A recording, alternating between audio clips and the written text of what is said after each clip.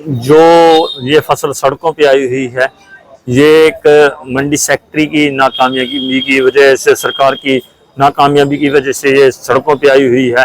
क्योंकि मंडी में जो फसल तुल चुकी है उसका उठान नहीं हो रहा। अगर उसका सही समय पर उठान हो जाता है, सेलरों में फसल लग जाती है जा करके, उसके बाद किसान अपनी फसल मंडी में साइड के नीचे गिर सकता है, तब भी किसान का बचाव हो सकता है।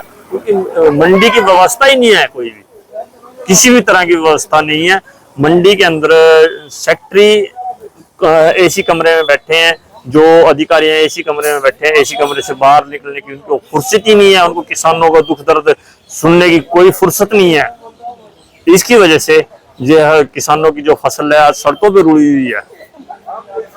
किसान अपनी फसल को डीसी ऑफिस लेकर के जाएगा या फिर सीएम कोठी पर, वहां पर अपनी फसल बेचने पर मजबूर हो जाएगा। ये हमारी सरकार को खुलेआम चेतावनी है। 3 दिन की बारिश बताई गई है।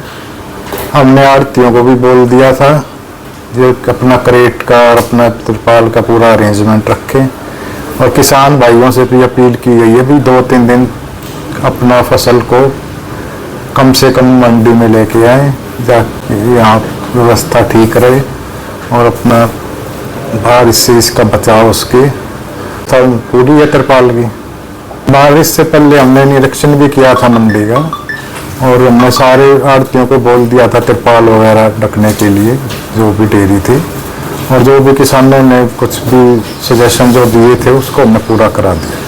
यह मार्केट कमेटी पिपली मंडी के अधिकारी भूपेंद्र, जिन्होंने बरसात से पहले किसानों से सुझाव लिए और आड़तियों को धान की ढेरियां तरपाल से ढकने के आदेश दिए, लेकिन इसके बावजूद आप देख सकते हैं किसान की मेहनत पानी में बह गई। पहले बाढ़ ने फसलों को तबाह किया, बची खुची धान की फसल में हल्दी रोग हुआ, फीजी वायरस से फसलें खराब हुई, और अब कटी हुई फसल जो मंडियों में खुले आसमान के नीचे पड़ी है, बरसात की भेंट चढ़ गई।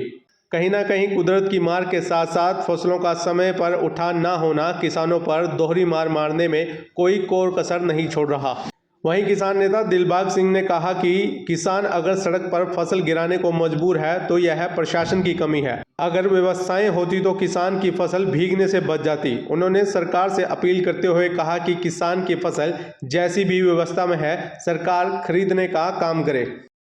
उठान हमारा ऑलमोस्ट 70% के आसपास उठान हो चुका है।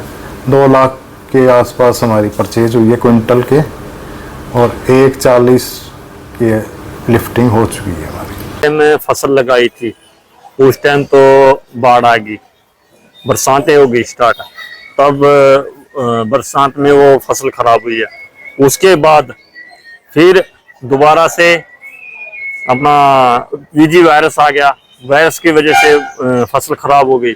उसके बाद फिर तेला आ गया, काला तेला आ गया, डोडी आ गई, उसकी वजह से फसल खराब हो गई। और अब खुले आसमान के नीचे अब जब मंडी में कटा करके लेकर के आया किसान को, एक तो जाड़ नहीं है बिल्कुल भी, जाड़ अब की बार 24 या 23 क्विंटल का जाड़ रह चुका है, जिसकी वजह से किसान बहुत दुखी है, परेशान है।